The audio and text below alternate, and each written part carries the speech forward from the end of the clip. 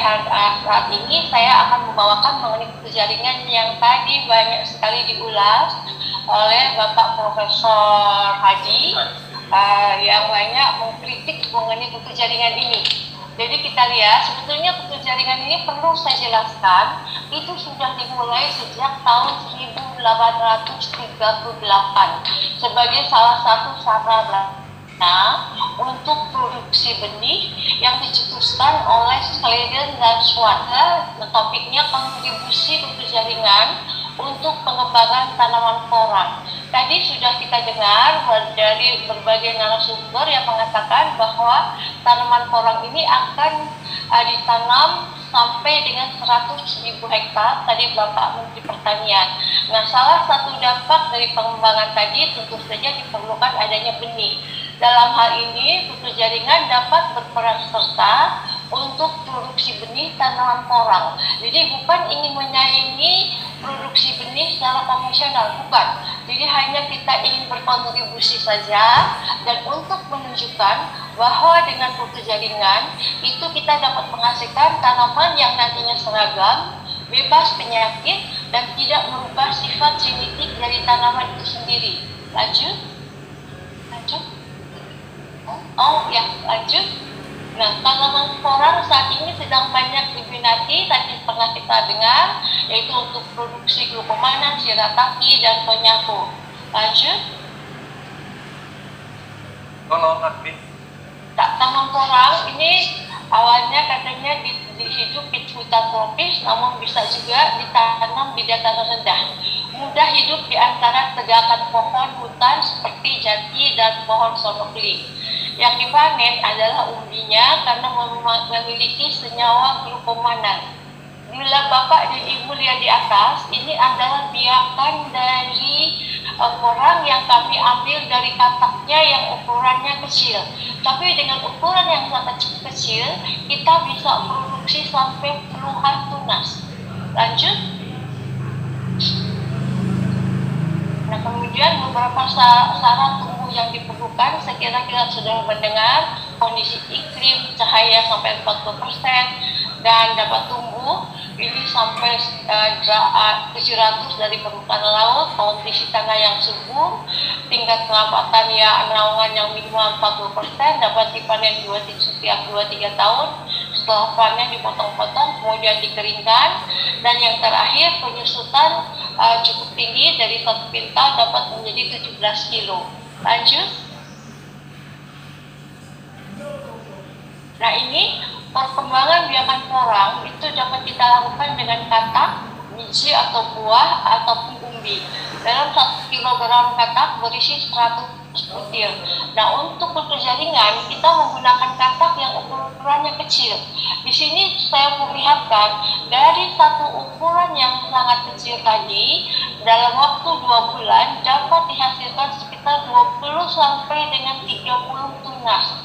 Dari setiap tunas tadi, apabila kita subkultur pada media yang sama, dia akan bermultiplikasi dengan jumlah yang sama, sehingga dapat kita hitung berapa produksi benih pada waktu tertentu dengan berdasarkan kelipatan jumlah tunas yang dapat diproduksi.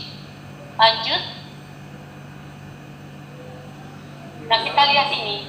Nah, saat ini kita tahu keperluan benih sangat tinggi. Banyak sekali yang menghubungi saya, itu lab-lab buku jaringan yang kecil, bagaimana produksi benih porang ini melalui buku jaringan. Itu banyak sekali, hampir setiap hari mereka menanyakan. Yang banyak, dan kondisi ini saya kira dapat diatasi antara lain dengan teknologi kultur jaringan yang sering disebut dengan nama teknologi kultur in vitro. In vitro ini artinya adalah kultur di dalam kaca. Nah, kita lihat walaupun dia kecil sekali, kita potong-potong lagi, tetap dia dapat memproduksi tunas yang banyak. Ini tentu saja sangat dipengaruhi formulasi media yang ada di dalam kultur jaringan. Lanjut. Nah, ini kemudian kultur jaringan ini merupakan teknologi yang sangat potensial untuk produksi berbagai tanaman dengan waktu yang relatif singkat, dapat diproduksi benih yang sangat banyak, seragam, dan tentu saja bebas penyakit. Dan teknologi ini sudah banyak diaplikasikan, mulai dari tanaman setahun, tahunan, dikotil, dan monokotil. Untuk tanaman tahunan dan monokotil, ini merupakan tanaman yang sangat sulit diperbanyak. Sehingga saya pernah dihubungi dari Malaysia, kemudian juga dari Riau, untuk perbanyakan tanaman kurma, kemudian tanaman karet. Karena tanaman karet, jadi tanaman kurma dan juga tanaman bambu. Dan bambu ini disebut sebagai gold for the future. Jadi Malaysia ini ingin memperbanyak, Jepang juga ingin memperbanyak, dan mereka sampai saat ini belum mendapatkan teknologi perbanyakan tanaman bambu. Dan mereka minta tolong kepada kita untuk perbanyakan teknologi putus jaringan ini untuk tanaman bambu. Karena Jepang terkenal dengan negara yang banyak gempa, sehingga mereka ingin membangun rumah berasal dari bambu. Lanjut. Nah, ini bisa kita lihat lebih jelas bahwa dari umbi yang agak besar itu bisa sampai 30 tunas-tunas baru yang dapat dihasilkan. Dan kemudian dari setiap tunas baru tadi kita potong-potong lagi sehingga dia dapat memproduksi tunas baru dalam jumlah yang sama. Tapi tentu saja dengan formulasi media yang sama juga, yang kompleks. Formulasi media dalam putus jaringan ini umumnya terdiri dari 24 sampai dengan 25 komponen organik maupun anorganik. Nah, tanaman putus jaringan ini sudah terbukti berhasil pada tanaman kelapa sawit, berbagai tanaman hortikultura, tanaman bambu, dan tanaman kurma. Tanaman kurma ini di dunia yang sudah berhasil adalah Thailand dan Costa Rica. Dan umumnya ini adalah yang sulit diperbanyak melalui putus jaringan, sehingga apabila ada satu perusahaan yang akan beli, mereka harus membeli dengan nilai kompensasi yang sangat tinggi. Lain halnya dengan porang.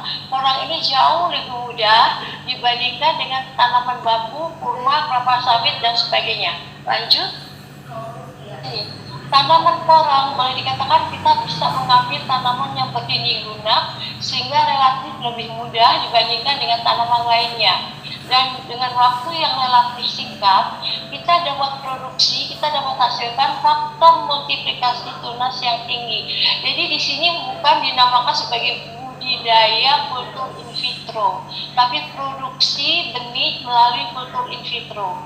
Jadi proliferasi tunas yang tinggi ini adalah merupakan salah satu keunggulan di dalam putus jaringan, merupakan modal awal untuk keberhasilan pengadaan benih dalam jumlah yang banyak. Jadi semakin banyak tunas yang dihasilkan pada setiap waktu, maka dapat dihitung berapa jumlah benih yang dapat diproduksi pada satuan waktu tertentu. Lanjut. Nah, pemanfaatan putus jaringan sebetulnya tidak hanya produksi benih seragam dalam jumlah yang banyak dan bebas virus, tapi juga bisa kita perbaiki sifat genetik tanaman. Apalagi sekarang dengan perubahan iklim global, itu banyak gen-gen tertentu yang dapat merubah keragaan maupun kandungan daripada metabolisme yang ada di dalam tanaman. Nah, ini dapat kita atasi dengan putus jaringan. Eliminasi virus itu dengan menggunakan meristem. Meristem ini adalah organ yang paling kecil di dalam tanaman, ukurannya hanya 0,5 milimeter. Tapi dengan adanya teori totipotensi, total genetik potensial, satu meristem yang ukurannya sangat kecil itu bisa kita produksi membentuk tanaman baru atau platelet. Kemudian produksi metabolit sekunder. Dulu pernah kami kerjasama dengan perusahaan rokok. Mereka sudah mengantisipasi bahwa lama-lama katanya Indonesia kekurangan lahan untuk produksi cengkeh, egenol, sehingga mereka membuka laboratorium untuk produksi egenol. Itu bukan yang berasal dari tanaman di lapangan, tapi berasal dari populasi sel somatik yang ada di dalam botol. Dan setelah diekstraksi ternyata benar bahwa dari populasi sel somatik tadi bisa dihasilkan Genome. Kemudian mendukung program rekayasa genetik. Kenapa? Karena dengan kultur jaringan ini kita dapat meregenerasikan hanya dari satu sel somatik yang ukurannya 20 sampai dengan 25 mm membentuk tanaman baru, sehingga kepastian hasil mendapatkan tanaman yang GMO itu lebih tinggi, dan juga dapat digunakan untuk penyimpanan berbagai kearifan lokal ataupun varietas unggul. Bahkan bisa kita simpan sampai 10-15 tahun dengan teknologi yang disebut dengan cryopreservasi, yaitu dengan minus 165 derajat Celcius.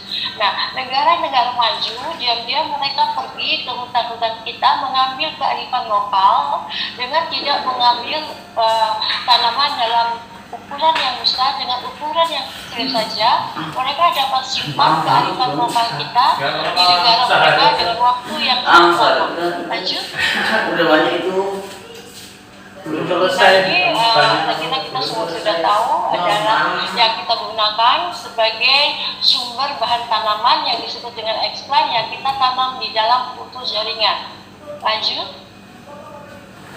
Nah, ini tahapannya, kita lihat, kita ambil, kemudian kita tanam dan dia akan membengkak. Setelah membengkak, kita lihat sudah ada tonjolan-tonjolan bakal tunas, dan akhirnya bakal tunasnya itu kita lihat dia semakin menonjol dengan warna-warna yang putih. Kemudian kita potong-potong lagi, dan potongan daripada kakak tadi bisa membentuk tunas kembali, sehingga bisa kita hitung sebagai deret ukur, dan kemudian kita elongasi dan membentuk akar. Lanjut. Dan saya kira hanya sampai sekian dulu. Terima kasih. Apabila ada pertanyaan silakan. Wassalamualaikum warahmatullahi wabarakatuh. Waalaikumsalam warahmatullahi wabarakatuh. Terima kasih banyak Ibu Profesor Dr. Insinyur Ika Mariska yang telah menyampaikan materi pengembangan produksi benih melalui teknologi kultur jaringan yang tadi juga sempat disinggung oleh Profesor tadi, di mana untuk Profesor Dr. Insinyur Ika ini menggunakan tentunya porang, kemudian juga umbi yang ditumbuhkan, kemudian tunasnya diperbanyak dan sebagainya.